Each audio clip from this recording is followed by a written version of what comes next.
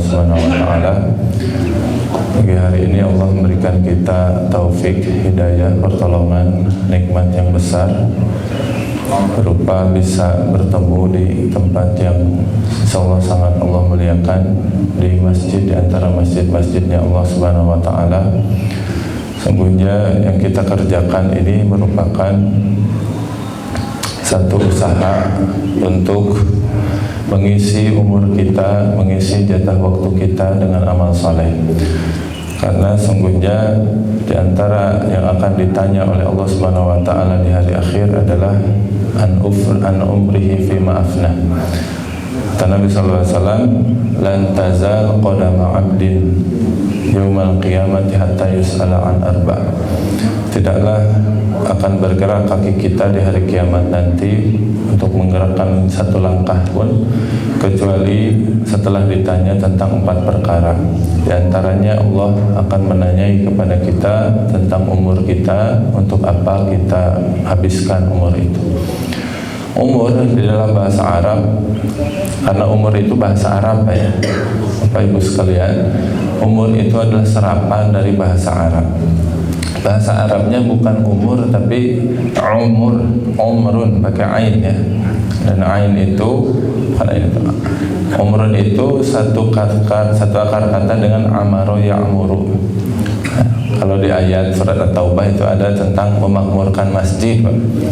Innama ya'muru masajidallahi man amana billahi wal yawmil akhir. Sungguhnya orang yang memakmurkan masjid, mengamarahkan masjid, artinya memakmurkan masjid, hanyalah orang-orang yang beriman gitu. Nah, umur satu akar kata dengan makmur. Hanya yang memakmurkan masjid disebut ta'mir, ya, bukan takmir ya. Ya. Kalau takmir itu artinya amaro ya'muru jadinya. Itu nyuruh, artinya nyuruh. Jadi takmir itu yang suka nyuruh-nyuruh, Pak. Kalau ta'mir itu yang memakmurkan. Jadi mengisi masjid dengan sebaik-baiknya kegiatan positif yang baik begitu. Nah, umur satu akar kata dengan ta'mir. Artinya ada pesan bahwa setiap umur kita, setiap detik yang kita lalui itu harus kita makmurkan dengan amal saleh begitu. Adalah hal yang sia-sia usia kita kalau tidak dimakmurkan begitu. Dimakmurkan dengan apa ya? Dengan kebaikan, dengan amal saleh, dengan kegiatan yang mengundang ridho Allah Subhanahu wa taala. Ya, karena sungguhnya ya di akhirat nanti akan dipertanyakan oleh Allah Subhanahu wa taala, apakah umur kita itu dimakmurkan oleh kita atau malah sia-sia begitu. Hadirin rahimakumullah. Dan juga di antara hal yang akan ditanya nanti di hari kiamat adalah tentang anmalihi. Ya, kalau umur ditanya dihabiskan untuk apa, maka harta juga akan ditanya. Cuman uniknya harta ini ditanyanya 2 kali gitu. Ditanyanya yang pertama dari mana dapatnya, ya, apakah dari halal atau dari haram, syubhatkah atau tidak gitu. Kalau ternyata hartanya harta haram, maka sudah pasti dosa kesananya. Kalau ternyata hartanya halal, maka belum tentu selamat karena ditanya dengan pertanyaan yang kedua. Artinya nanti setelahnya, oh oke, halal tapi dipakai untuk apa? Kalau sumber hartanya halal tapi penggunaannya haram, maka dia juga tidak selamat begitu. Artinya harta juga adalah satu pertanggungjawaban yang berat nanti di hari kiamat. Maka para ulama mengatakan di antara hisab orang miskin dan orang kaya itu bedanya bisa puluhan tahun begitu. Ya, orang kaya masih dihisab, dihitung amal-amalnya, dihitung harta-hartanya. Orang miskin udah beres hisabnya. Kenapa? Karena memang hisab harta itu yang panjang gitu, yang berat gitu. Ya, kalau orang punya rumah mungkin ngontrak ya nggak punya rumah tuh ya, rumah masih sewa ya, motor juga ya motor jadul gitu, nggak punya kendaraan kecuali itu, maka hisab nauna tuh ya, rumah juga ngontrak, nggak ditanya nanti rumah kamu dari mana, dipakai untuk apa, nggak ditanya karena nggak punya rumah begitu.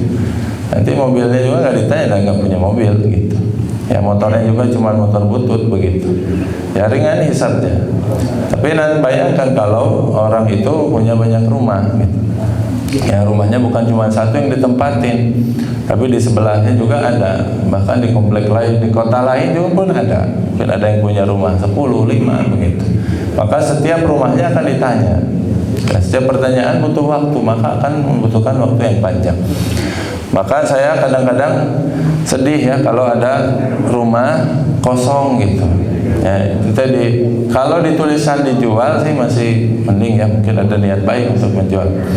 Tapi kadang di dekat rumah saya, di sekitaran rumah saya juga ada. Ya, itu dijual enggak, dikontrakin enggak mau gitu. Ya, jadi kosong aja dibiarkan. Jadi imah juri gitu, cek baru dakma disebutkan. Imah juri itu artinya dia enggak keurus gitu. Jadi hidup juga enggak gitu ya. Tapi juga masih ada bangunannya begitu. Kalau di zaman Umar bin Khattab itu kan disita nanti Pak. Kalau ada tanah dibiarkan kosong berapa tahun, kita ditanya nanti mau dijual enggak gitu. Atau kalau enggak disewain, kalau enggak ya udah buat negaraan jadi kelola gitu. Nanti manfaatnya untuk umat begitu. Kenapa nanti? Karena berat pertanggungjawabannya di hari kiamat. Ya, kita punya sejengkal tanah, seluas tanah, tidak kita gunakan, padahal kalau digunakan bisa bermanfaat gitu. Ya, kita punya rumah disewain bisa bermanfaat, dijual puguh, ini enggak disimpan. Ya. Dan di kota Bandung itu banyak. Ya, bahkan kemarin sempat viral di media sosial itu. Ya, jadi ada seorang dokter, rumahnya di pinggir jalan gede, udah meninggal, anak-anaknya semuanya di luar negeri. Ya, enggak ada yang mengurus rumahnya. Uniknya netizen itu setiap tahun dipoto. Jadi dicari foto rumah itu setiap tahunnya di satelit, di Google Map gitu. Jadi tahun sekian masih ada orangnya, masih hidup. Tahun sekian udah nggak ada tapi masih bagus. Sekian saking kesininya udah nggak kelihatan rumahnya, ketutup pohon, ketutup tetangkalan begitu. Jadi nggak keurus rumahnya. Ya, padahal itu kan juga salah satu hal yang akan ditanya nanti di hari kiamat gitu. Harta itu digunakan untuk apa?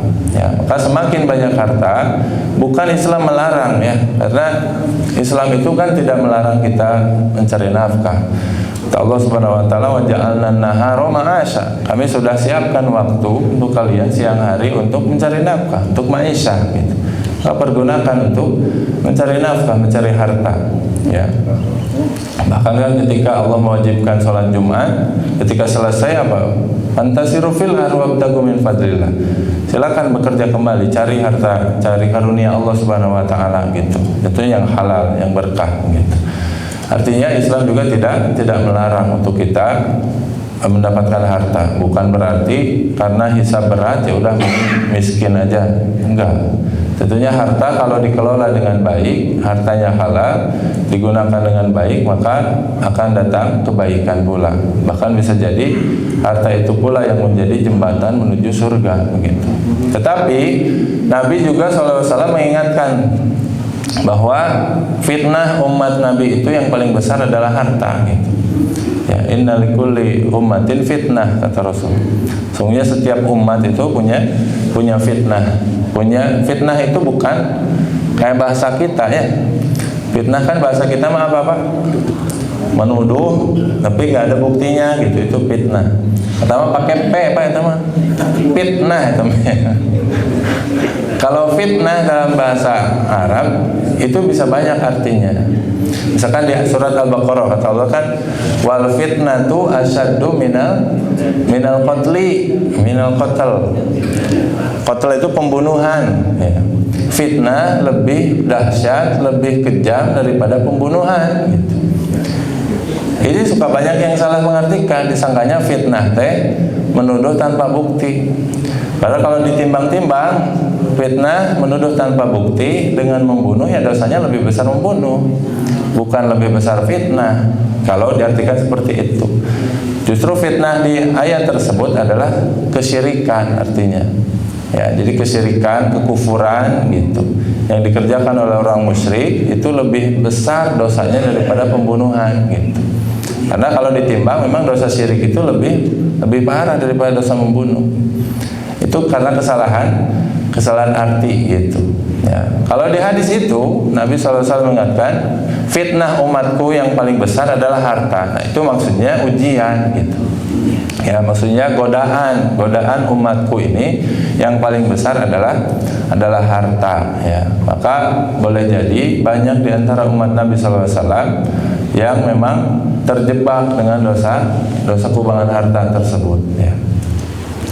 Hadirin khotibah rahimakumullah, ya. Oleh sebab itu maka kita harus paham, ya, mana harta yang halal, mana harta yang haram.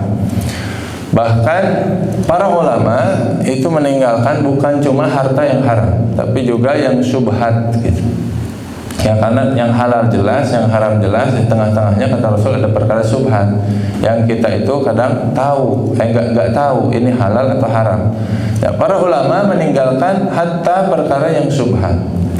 Ya, sebutkan di dalam banyak riwayat, ya, ini sudah masyhur ceritanya, bahwa seorang ulama tabi'in yang bernama Mubarak, ya, Mubarak ini seorang tabi'in, seorang orang soleh, orang biasa. Bahkan disebutkan beliau itu mantan budak, ya, budak yang dipekerjakan di satu tempat, kemudian dipekerjakan sebagai penjaga kebun delima, gitu.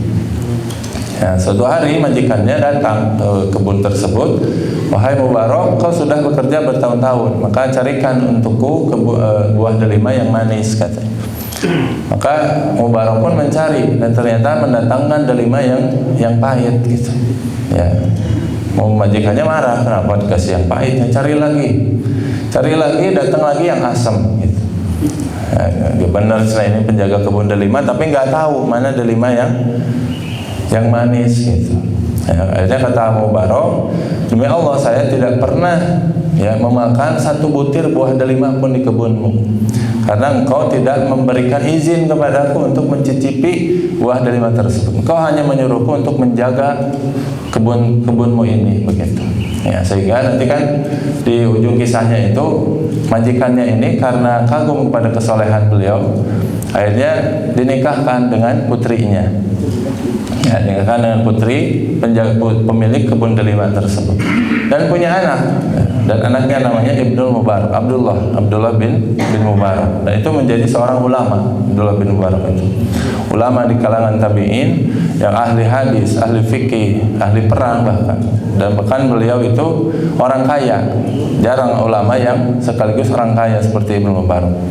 Ya, artinya kan para ulama zaman dulu terlahir dari harta-harta yang jauh daripada harta haram, gitu. Bahkan Imam Nawawi rahimahullah, ya, dalam kisahnya disebutkan tetangga Imam Nawawi itu, Bapak Ibu sekalian, mengadu kepada beliau bahwa aku kehilangan domba, aku kehilangan kambing, gitu. Dan aku curiga bahwa kambing ini nanti dicuri dan dijual ke pasar dagingnya, gitu. Maka setelah saat itu, setelah berita itu, Imam Nawawi itu sampai tidak mau makan daging kambing berbulan-bulan.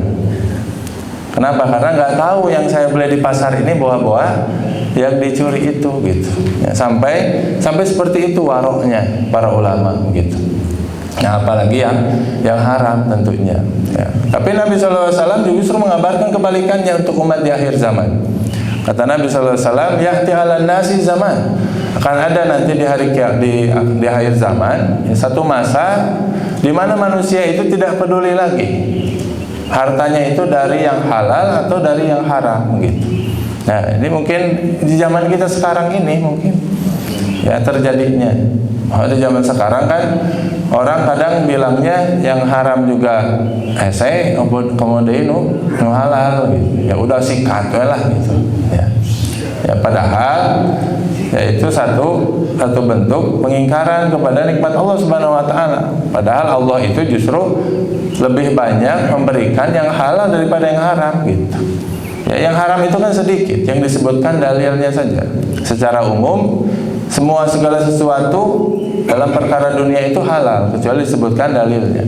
Maka jumlah yang haram itu sebetulnya lebih sedikit, gitu. Maka tidak mungkin mencari yang haram aja susah, apalagi yang halal tidak mungkin sampai kapanpun, gitu. Ya, justru sebaliknya, mencari yang halal itu selalu lebih mudah karena pilihan yang halal itu lebih banyak daripada yang haram. Ya.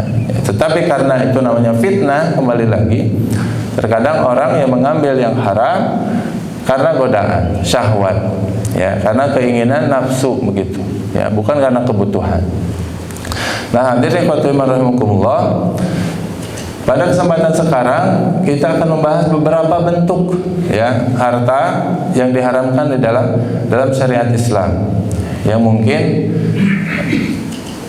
tahrim itu, pengharaman itu ada dua macam, ya. Ada karena zatnya, ada juga karena caranya begitu. Ya, kalau karena zatnya, Allah mengharamkan babi, Allah mengharamkan khamar, itu haram untuk dikonsumsi. Dan kebanyakan kaum muslimin sudah paham bahwa itu haram dan juga nggak mau gitu. Ya, kita kalau di depan kita disuguhi daging babi, dikasih tahu ini Pak babi, sampai kapanpun kita nggak akan mau. Diburuhannya malah gitu. Ya. Tapi kalau disuguhi riswah, sogokan, Pak tolonglah bantu kasus saya ini tuh, ini mah sekedar gitu ya, sekedar oleh-oleh gitu, ya, dikasihlah berapa ribu dolar, itu susah nolaknya, ya, apalagi udah miliaran, itu wanginya beda ya. Kalau disogoknya 500 ribu, 1 juta, ya kita masih bisa kuat iman. Kalau udah miliaran, udah beda itu, ya, nanti bisa, oh gampang, nanti saya cari dalil ya. Dalil yang pas gitu. Itu kan banyak ya. Kadang ulama sekarang bilang A, pas udah jadi pemerintah bilang B. Itu banyak yang itu. Ya, dulu bilang ini haram. Ya, pas udah jadi calon legislatif, calon pemerintah misalnya, calon pemimpin, kalau udah dilantik, udah dukung aja. Jadi cari pembenarannya. Begitulah fitnah harta. Dan diantaranya adalah itu cara mengambil harta tersebut yang kita waspadai itu, ya, bukan dari zatnya begitu. Nah, hadirin rahimakumullah, diantaranya, ya, diantara cara bentuk yang diharamkan dalam syariat adalah dusta, ya. Jadi tidak jujur baik di dalam perdagangan atau menjual jasa. Jadi iman, orang yang berdagang, bahkan mungkin yang lebih parah lagi yang menjual jasa, itu sangat diuji dengan yang namanya kejujuran gitu. Biasanya orang yang datang meminta jasa itu orang yang nggak paham gitu. Saya punya sahabat di Antapani, itu punya konter yang lumayan gitu ya, dan servis handphone gitu. Itu suka cerita bahwa orang yang datang nyervis HP itu biasanya nggak tahu apa-apa biasanya. Jadi kadang rusaknya sedikit, membaheula TV cukup diendekeun gitu, udah benar gitu ya. Tapi dikiranya dia rusak parah gitu. Jadi tukang servis HP katanya itu sangat diuji dengan lisannya gitu.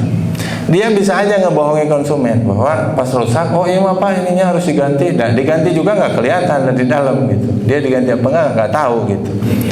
Ya, itu sangat diuji dengan kejujurannya. Ya, jadi bisa aja yang nggak apa-apa disebutkan rusak parah, ya diganti segala macam.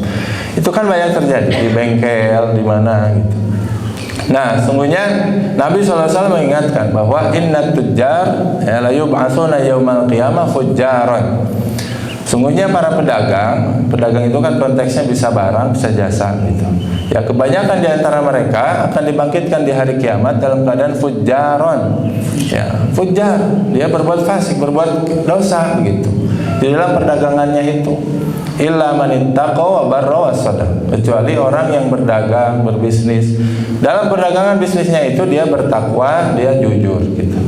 Ya, artinya ketidakjujuran di dalam berjualan, di dalam jasa itu adalah di antara sumber-sumber harta haram. Bohong dalam jualan, ya, kan banyak ya. Saya misalkan, wallahi Pak modalnya sekieu gitu. Saya mah cuma ngambil untung segini. Ya, padahal dia tahu sendiri bahwa modalnya itu kurang dari itu. Itu kan dusta. Gitu. Ya, jual beli mobil, dia tahu mobilnya misalkan dicat ulang, pernah dicat ulang, pernah. Nah, dia bilang oh ini aman kok, nggak pernah kenapa-napa. Dia nggak tutup-tutupi aib dagangannya itu.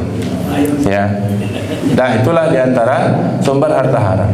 Ya, justru Bapak Ibu sekalian, harta itu akan berkah kalau pedagang itu jujur gitu. Ya, kalau yang menjual jasa itu jujur. Ya. Kata Nabi sallallahu alaihi wasallam, "Fa in shadaqa wa bayyana burika lahuma fi bai'ihima." Kalau pembeli, kalau penjual sama-sama jujur keduanya, maka diberkahi dagangannya itu, hartanya itu diberkahi gitu. Ada aib dibukakan. Kalau jual mobil mah dibuka. Ini mobil saya pernah nabrak di depannya, hingga bempernya didempul dan dicat ulang. Cuman nggak kelihatan gitu, catnya karena bagus. Sebutkan. Nanti kan turun harganya Pak. Oh, atau kalau gitu mah turun Pak, saya minta diskon lagi 3 juta misalnya. Ya karena naon. Dengan hilangnya 3 juta harta kita jadi berkah begitu. Ya, dan belum tentu nanti, kadang kan takutnya saya tepayu gitu ya, mun jujur teuing mah. Ya, punya rumah pernah kebanjiran, ya sebutkan. Jangan takut nggak laku. Ya, bahkan saya punya pengalaman jual mobil. Saya kasih tahu, Pak, ini dempulnya di sini, ini rusaknya di sini, pernah mogoknya ini. Malah orangnya senang itu, Pak. Ya alhamdulillah tuh Pak. Nah, kadang alhamdulillah. Jadi saya tuh kudu neangan deui cenah ieu. Naon teh rusakna di mana dah udah tahu. Malah senang. Padahal saya udah dengar. Kalau nggak disebutin kumaha? Ya, kalau disebutin saya juga baiklah wala haula wala quwata. Mau jadi mau enggak juga. Tapi ternyata justru ya orangnya malah senang gitu. Ya ketika dibukakan itu aibnya itu. Nah, maka itulah bentuk diantara sumber-sumber harta yang haram. Jadi ketika jualan, ketika dagang, ketika jasa, maka diusahakan kita sejujur mungkin ya di dalam perdagangan, di dalam jasa ya. Walaupun keuntungannya tidak seberapa dengan kita jujur, berkurang mungkin. Tapi yang Allah jamin itu adalah keberkahannya ya. Kata Nabi sallallahu alaihi wasallam, "Wa in katama wa kadaba muhiqqan." Muhiqqat barakatu baihi. Ketika seorang jujur maka diberkahi. Ketika seorang tidak jujur, ya menutupi aib jualannya, menutupi aib dagangannya, maka tidak akan diberkahi atau dihapus keberkahan dari hartanya itu. Banyak orang yang mungkin jualannya untung besar, tapi dengan nipu orang lain, ya dengan cara yang tidak jujur, maka harta yang ia bawa tidak akan berkah. Ya, tidak akan jadi kebaikan di rumahnya, tidak akan jadi kebaikan di keluarganya. Nah, hadirin kota iman, yang kedua masalah korupsi ya. Korupsi, di antara bentuk korupsi itu adalah mengambil uang keuntungan dalam wakalah, ya, dalam hal perwakilan. Jadi kalau kita punya barang, kita jual berapapun, itu sebagai pedagang itu sah-sah aja kalau barangnya milik kita. Yang dimaksud korupsi di sini adalah kita mengambil untung dari barang yang bukan milik kita. Contohnya wakalah itu, saya misalkan butuh motor. Nah, saya bilang ke teman saya si Fulan, tolong carikan motor. Saya butuh motor Vario misalkan, yang kurang lebih 10 jutaan lah gitu. Nah, teman saya inisiatif, kreatif, ya nyariin dapat yang 9 juta. Dia bilang ke saya, iya ya 10 juta bagus. Nah, saya kasihlah 10 juta. Dan 1 jutanya dia ambil, yang 9-nya dia berikan kepada pemilik motor. Nah, yang 1 juta ini adalah haram. Kenapa? Karena motor itu bukan punya teman saya ini. Ya, harusnya kalau mau dia ngambil untung, motornya dia beli dulu kan. Ya, kalau sudah dia beli, mau dia jual 20 juta pun terserah dia. Karena dia mengambil untung dari haknya, dari barang yang dia miliki. Ya. Atau dalam sebuah perusahaan misalnya. Ya, dalam perusahaan saya misalkan kebagian tender, disuruh nyari di perusahaan ini 100 unit laptop buat karyawan. Nah, saya di situ di perusahaan itu sudah digaji setiap bulan dan bukan sebagai penjual laptop, maka saya hanya disuruh nyari laptop. Uangnya sudah disediakan oleh perusahaan. Kreatiflah laptopnya 10 juta misalkan. Saya inisiatif ditambahin jadi 12 juta. Karena memang budgetnya juga lebih dari itu misalnya. Nah, maka yang 2 jutanya itu haram. Terkadang kan sampai minta bon palsu gitu. Bahkan ada yang sampai bikin perusahaan palsu. Ya, bikin PT palsu itu. Ya, bikin PT-nya dulu, nanti seolah PT-nya ini yang jual laptopnya, padahal tidak gitu. Padahal itu punya orang lain barangnya. Dia tidak modal sama sekali. Nah, itu namanya mengambil untung dalam wakalah gitu. Ya. Kalau kita diamanahi untuk mengadakan satu barang, untuk beli satu barang, maka tidak berhak kita mengambil untung sedikit pun. Kalau itu bukan barang kita. Ya, ibarat kita disuruh, ya, kemudian nyokot batikna gitu. Ya. Bahkan di saya kan ada konveksi di keluarga kecil-kecilan. Itu kan nggak jarang orang minta bonnya dilebihin gitu, atau bonnya kosong aja. Harga misalkan harga kaosnya 50.000, belinya misalkan 100 piece. Dia bilang lumayan. Pak, tolong tulisnya 65.000. Ya. Dan mohon maaf, itu kejadian beberapa kali. Itu yang mintanya itu PNS, Pak. Kalau orang biasa enggak, tapi kejadian beberapa kali itu yang mintanya PNS. Ya. Itu benar kejadian. PNS mintanya, bahkan dari awal sudah deal-dealan. Oke, deal harganya segini, tapi nanti tahunya segini gitu. Tahunya misalkan dilebihkan, bonnya dilebihkan. Tadi itu PNS yang mintanya itu. Nah, padahal kan PNS sudah digaji gitu. Ya, dia bikin kaos, bikin apa kan bukan jualan dia. Dia itu disuruh, diamanahi gitu. Nah, kalau dia mengambil untung dalam wakalah, maka itu termasuk haram, ya, penghasilan yang haram. Kalau kita sudah diamanahi sekian, maka kita tidak berhak mengambil untung dalam wakalah itu.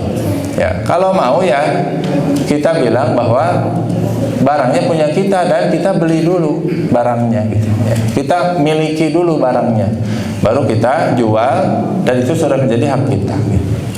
Nah, itu kan bentuk korupsi yang banyak kan di kita. Ya. Kemudian juga korupsi waktu, ya.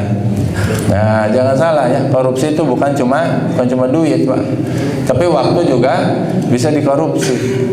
Ya, ada guru ya harusnya ngajar dari jam 7 sampai jam 1. Harusnya ngantor dari jam 7 sampai jam 5 di kantor. Dan dia sudah digaji, ya, gajinya full, ya, sesuai jam kerjanya. Tapi karena atasannya nggak ada, ya, karena atasannya jarang datang, ya udah datang jam 8, pulang jam 4. Sehari korupsi 2 jam. Ya, seminggu bisa 10 jam kali 5 hari, ya. Sebulan bisa 40 jam. Maka 40 jam ini dikonversi kepada gajinya menjadi penghasilan yang haram. Ya. Saya punya beberapa orang jamaah polisi, Pak. Mohon maaf ya, ini Anda memang kejadiannya nyata begitu.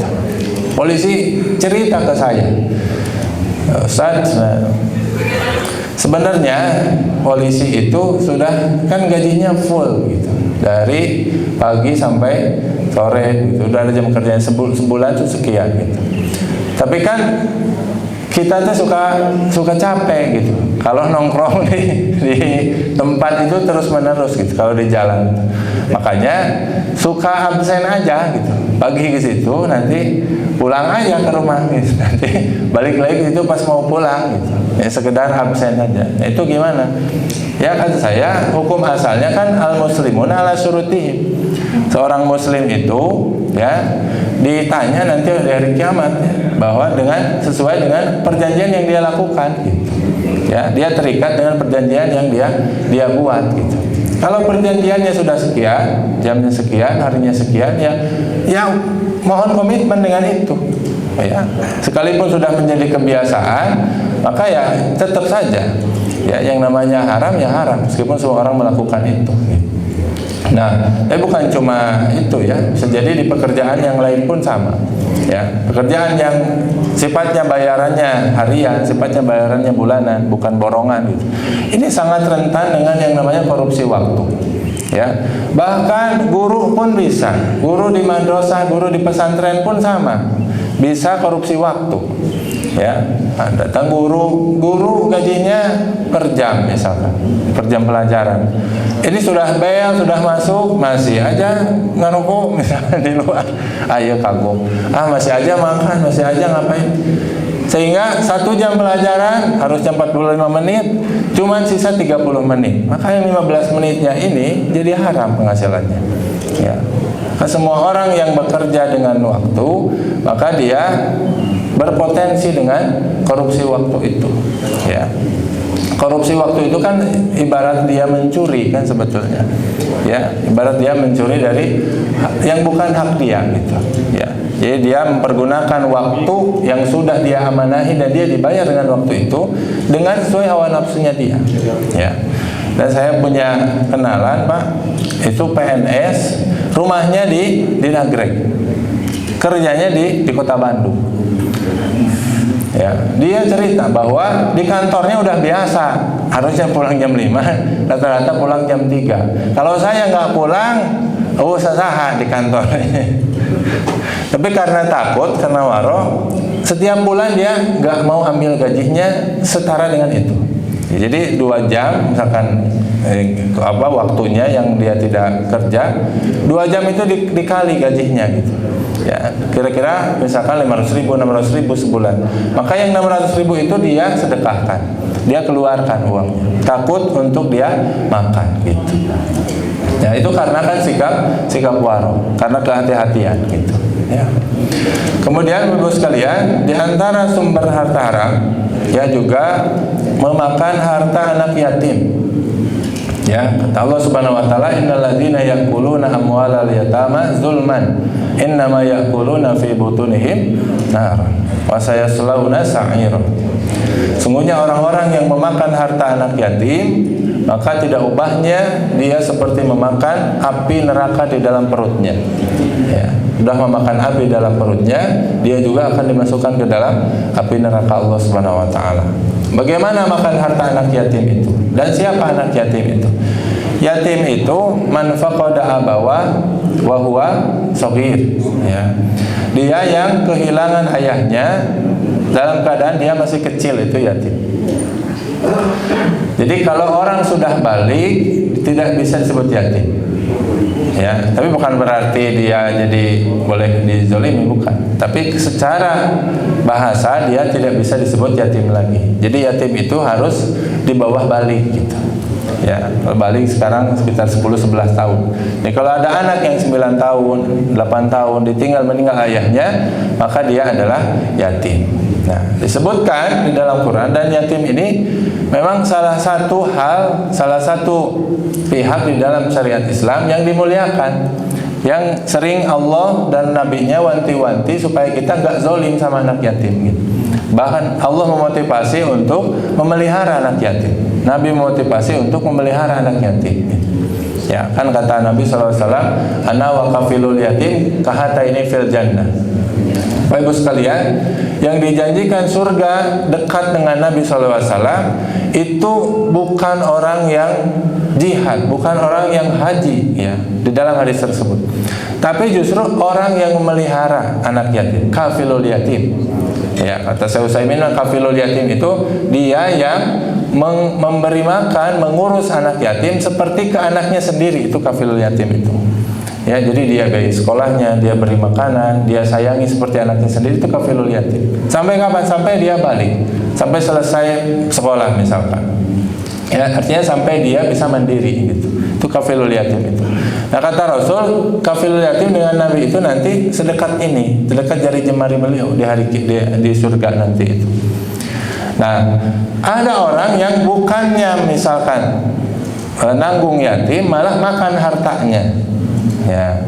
Dan makan harta anak yatim itu bukan selalu misalkan harta anak yatim di panti yatim kemudian dikorupsi, bukan. Ya, tapi justru ya banyak ulama mengatakan itu maksudnya orang tua atau keluarga dekat yang anak yatim ini ditinggal oleh orang tuanya, memiliki harta si orang tuanya, harusnya diberikan kepada anaknya, malah dikhianati, diambil gitu. Ya, misalkan ada anak yang ibunya sudah meninggal, bapaknya sudah meninggal, punya banyak harta. Terkadang kalau anaknya miskin, keluarganya pada pererem gitu, seolah-olah nggak tahu gitu. Sayang apa? Nanya, nggak pengen negur, nggak pengen tahu keadaannya seperti apa gitu. Tapi kalau anaknya ninggalin banyak harta, dikerubutin itu si anak yatim itu. Usah jeung emang ka dieu, usah jeung uwa ka dieu, karena punya banyak harta. Atau kadang tos we uwa ka bumi. Jadi uangnya tinggal di rumah dia karena rumahnya gede, misalkan peninggalan bapaknya. Parebut itu. Nah, dia makan si harta itu karena anaknya masih kecil, jadi dia nggak ngerti. Ya, nah orang tuanya, dia bisa pamannya, bisa saudaranya, bisa siapapun, bahkan bisa istrinya, istri dari almarhumnya atau ibunya dari anak yatim itu. Ketika seorang ayah meninggal, ya punya anak yatim, dan ayahnya meninggalkan banyak harta, harusnya harta ini kan ke anaknya jadi warisan, dan ke istrinya jadi warisan. Tapi istrinya biasanya bilangnya gimana? Ayah keneh mama, tong sok ngomong-ngomong warisan. Dia ambil semuanya harta suaminya itu. Ya, diambil semuanya, dipakai harta suaminya itu. Anaknya nggak dikasih. Anaknya mau nikah juga dibiarin usaha sendiri gitu. Ya itu kan banyak kejadiannya. Ya, yang seorang istri nggak mau ngebagi warisan yang ditinggalkan suaminya kepada anaknya. Ya dengan alasan dia masih hidup gitu. Itu juga bentuk makan harta anak yatim kan. Ya, dia zalim gitu, sama anaknya sendiri. Atau kebalikannya suami ketika istrinya meninggal, dia pending warisannya, dia simpen, dia tahan warisannya, bahkan dia makan gitu. Ya, dia makan tuh bukan dimakan tapi dipakai, dikonsumsi ya. Ya, dia pergunakan untuk kepentingannya sendiri gitu. Ya, tidak mau ngebagi ke anaknya. Ya, mentang-mentang anaknya masih kecil, padahal kan jangan kan masih kecil, Pak. Bayi baru lahir saja sudah dapat warisan. Ya, nanti cuma dikasihinnya nanti kan. Ya, nanti kan orang yang menahan warisan, ya kalau misalkan anaknya masih kecil, itu kan boleh disimpan harta warisannya. Nanti kalau sudah gede, dites kan kalau di surat An-Nisa itu. Kalau anaknya sudah bisa pegang harta, nanti diberikan. Kalau anaknya belum bisa pegang harta, maka dia bisa tahan hartanya itu sampai anaknya cukup dewasa gitu. Ya, kalau yang menahannya ini miskin, maka falyakul bil ma'ruf, boleh dia mengambil sekedarnya untuk makan si anaknya ini, untuk makan dirinya. Ya misalkan tadi ayahnya meninggal, ya harusnya ke anaknya, istrinya karena miskin, anaknya nggak punya peninggalan, sedikit-sedikit warisannya dimakan, tapi dengan cara yang ma'ruf, dengan cara yang wajar gitu. Ya, jadi anaknya masih punya harta warisannya. Untuk anaknya dipakai, untuk istrinya dipakai, itu satu kewajaran gitu. Ya asalkan jangan ya dihabisin semua. Ya. Apalagi misalkan dipakai nikah lagi. Ya. Suami meninggal, punya banyak harta, ya rumahnya gede, mobilnya 3, ya istrinya pasti banyak yang ngerebutin, banyak yang nunggu ya. Ya, banyak yang nunggu nanti diambil hartanya gitu. Nah anaknya nggak kebagian, itu harta yang zalim, ya harta yang haram ya, kalau diambil. Kemudian Bapak Ibu sekalian, di antara bentuk harta haram juga adalah dalam masalah hutang piutang ya. Maksudnya ketika hutang ditelantarkan untuk dibayar, ya, tidak mau membayar hutang. Kata Nabi sallallahu alaihi wasallam, matlul ghaniyyi zulmun. Ya, orang yang punya keluangan untuk membayar hutang dan hutangnya sudah jatuh tempo, maka ketika dia menunda-nunda pembayaran hutang itu, maka termasuk kezaliman. Ya, wa zulmu zulumatun yaumal qiyamah. Kezaliman itu akan menjadi kegelapan yang berlapis-lapis nanti di hari kiamat gitu. Ya. Bahkan Nabi SAW mengingatkan, man mata wa alaihi dain. Kalau sampai seseorang berhutang kemudian mati belum sempat membayar hutangnya, maka falaisa samma dinarun wala dirham. Maka nanti di akhirat tidak ada lagi dinar dan dirham. Ya, tetapi adalah as-sayyi'at wal hasanat. Ada dosa dan pahala nanti transferannya. Ya. Bapak Ibu sekalian, al-muslimun ala syurutihim. Seorang muslim itu terikat dengan perjanjian yang sudah dia kerjakan. Kalau seseorang memiliki perjanjian sebagai hutang piutang, maka dia wajib membayarnya meskipun sedikit. Terkadang di kita ada orang yang sengaja bilangnya pinjam, niatnya minta, mentang-mentang kan dulur gitu.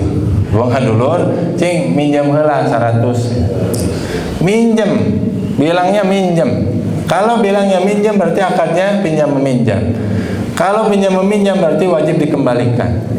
Ini malah nggak punya beban sama sekali karena niatnya minta. Meskipun niatnya minta, tapi bahasanya pinjam. Maka yang dihitung adalah bahasa yang keluar dari lisannya itu.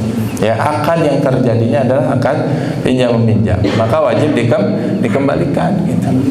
Kan di orang mah kadang yang berhutang itu lebih galak daripada yang mengutanginnya. Gitu. Ai pas minjem bager, ai pas ditagih ngamuk. Gitu. Ya pas minjem mah datang ke rumah baik-baik, assalamualaikum, usapan tuhur, ya punten manawi, ya mah saya nuju peryogi, seduh kalau kesahnya, ya. Tapi pas ditagih galak, cing atuh karege sebulan juga kasawai, ya. Cing atuh karege 2 bulan. Maka saya pernah ada teman, saya kasih pinjam uang berapa ratus ribu dulu ya. Karena sudah lebih dari waktunya, karena kalau saya nggak nagih, saya yang zolim, takutnya lupa gitu. Pas ditagih malah marah-marah, bilangnya, kemah ya, mun orang minjem, catatkan sekalian, pakai notaris. Jadi kesinggung ditagih. Ya, padahal kan kalau diingetin harusnya bersyukur gitu ya. Karena kalau lupa nanti dibawa mati ya berat. Ya, Nabi saja sampai nggak mau nyolatin orang yang punya tanggungan hutang. Ya, ketika mati nggak mau nyolatin jenazahnya begitu. Karena berat. Bahkan orang yang jihad sekalipun kalau masih punya hutang piutang, nanti jihadnya itu nggak akan tertolong, gitu, akan menolong. Gitu. Artinya dia bakal terhalang hisabnya dengan hutangnya, gitu, sampai dia dibayarkan hutangnya. Gitu. Nah, masalah hutang piutang ini bisa menjadi harta haram. Maksudnya kalau kita punya hutang kepada pihak yang lain, ya, tanpa riba pun, kalau riba ya sudah jelas, ya itu haram. Tapi tanpa riba, tapi kita tidak membayar hutang tersebut, nah, kita makan harta tersebut, ya, kita punya keluangan tapi kita enggan membayar, maka bisa jadi ada harta haram di dalam harta yang kita gunakan. Itu juga salah satu sumber harta haram. Makanya Bapak Ibu sekalian, Nabi mah mewanti-wanti sama kita, jangan gampang berhutang, ya. Kata Nabi kan, la tukhifu anfusakum. Jangan kalian membuat diri kalian takut, ya, ba'di amniha, setelah kalian merasa aman. Maksudnya kata para sahabat apa? Kata Nabi SAW, ad-dain, hutang. Hutang itu membuat seseorang dalam pusaran ketakutan, kegelisahan, gitu. Padahal sebelum punya hutang dia adalah orang yang tentram, yang aman, gitu. Ya. Orang kalau nggak punya hutang, meskipun penghasilannya ala kadarnya, rumahnya biasa, tapi nggak punya hutang, tenang hidup itu, ya, nggak diudak-udak gitu. Tapi kalau orang punya hutang, ya, meskipun kerjanya bagus, meskipun gajinya besar, tapi punya hutang yang gede, ya, maka asa diudak-udak juri, ya. Bahkan ya terus-menerus nggak akan pernah merasa cukup untuk mengumpulkan harta itu, karena merasa punya hutang. Ya, meskipun hutang pada dasarnya hal yang mubah kalau niatnya baik untuk dibayar. Kalau tidak ada ribanya itu mubah. Tapi jangan mudah kemudian untuk berhutang.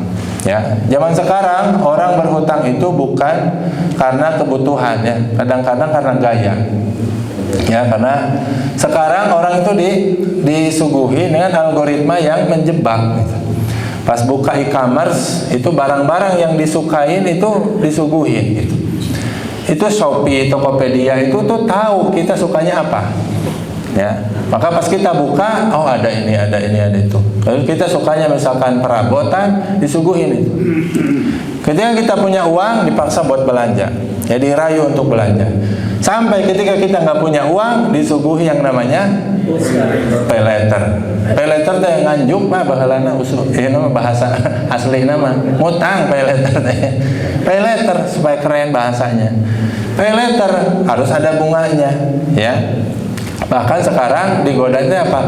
Kalau bayar pakai pay letter lebih murah daripada bayar cash. Jadi digoda supaya pakai pay letter. Kalau pengguna baru, gitu. Nanti lama-lama ya pakai bunga juga. Kita dijebak dalam pusaran itu, gitu.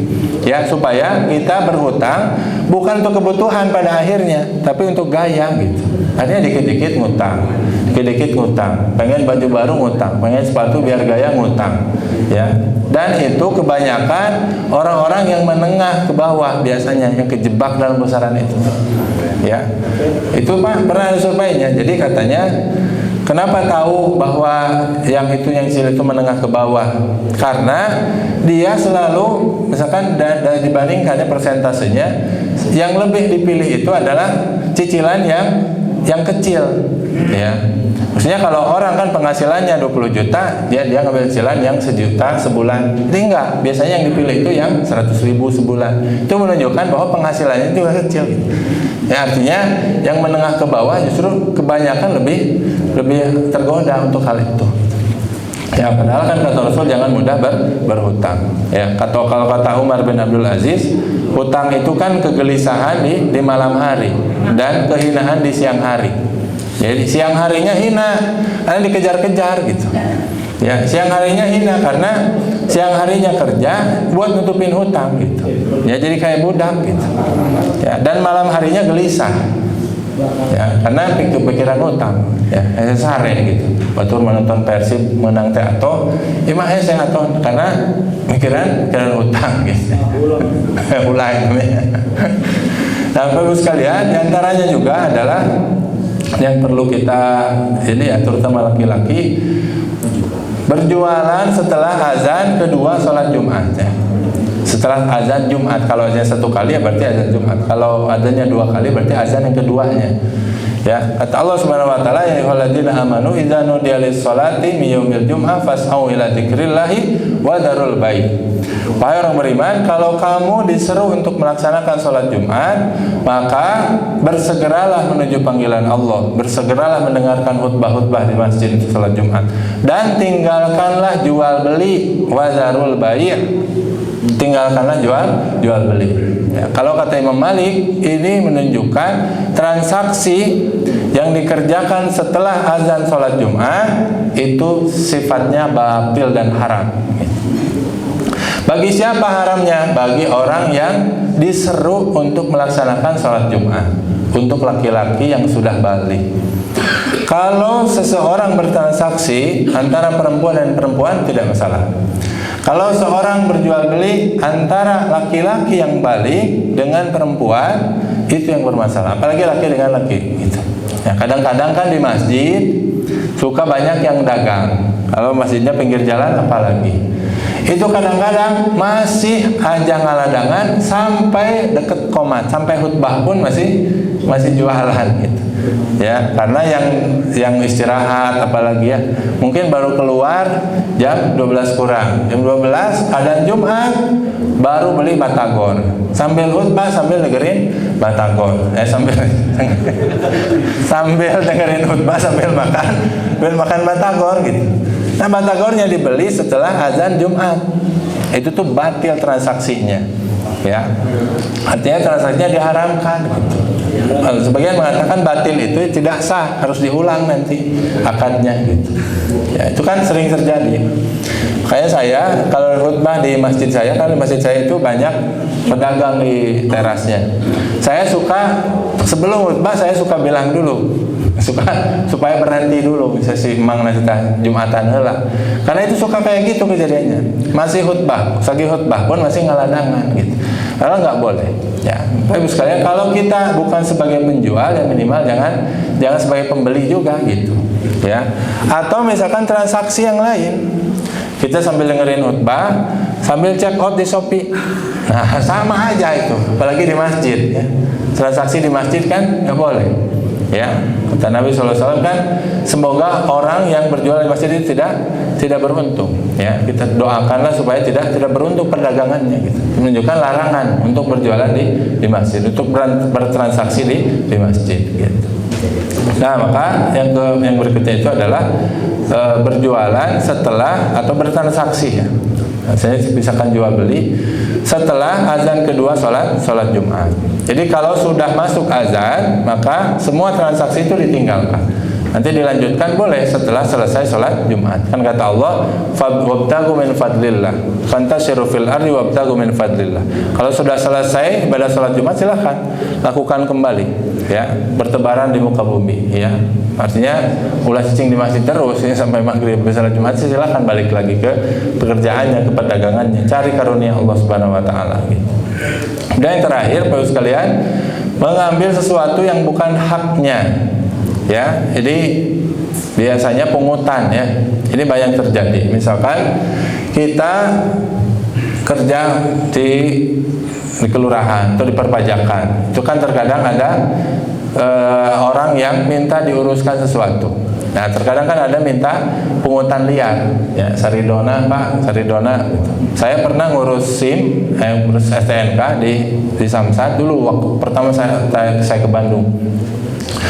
Dan itu ternyata minta saridona si orang yang ada di situ, petugasnya. Ini Pak, pas sudah beres, mengapa saridona? Saya kan bingung, udah bayar, tadi udah bayarnya. Ya, tapi masih ayah saridona gitu. Saya waktu itu ngasih 5.000. Itu marah Pak, dikasih 5.000 teh. Nah, cuma 5.000. Pan saridona apa sih? Saya gitu ridho sebenarnya. Ini batur mah 50, cina 20 dah. Nah, saya maridona segitu. Itu kan udah digaji, kertasnya juga punya negara, dia sudah digaji gitu. Ya, tintanya juga tinta punya negara, dia gedungnya juga gedung negara. Untuk apa pungutan? Dia nggak berhak sama sekali. Ya, nggak berhak sama sekali. Tapi ternyata itu masih sering kejadian. Ya, ngurus apa kan terkadang harus ada biaya. Maka itu pungutan yang liar. Ya, kalau kata Imam Az-Zahabi itu seperti seorang pencuri, ya, seperti seorang yang menjarah harta orang lain. Gitu. Ya. Atau misalkan parkir, ya, parkir padahal bukan hak dia untuk mengambil parkir tersebut. Ya, tanah orang gitu. Ya, juga orangnya juga kadang-kadang nggak turun dari motor dimintai gitu. Atau baru turun semenit keluar lagi udah diminta gitu. Itu kan mengambil hal yang tidak dia berhak untuk mengambilnya. Sebagian ulama juga mengatakan, misalkan mengambil subsidi yang bukan haknya. Ya, kalau ada subsidi biasanya ada kriteria penerimanya. Ya, misalkan kategori penghasilan sekian boleh menerima subsidi.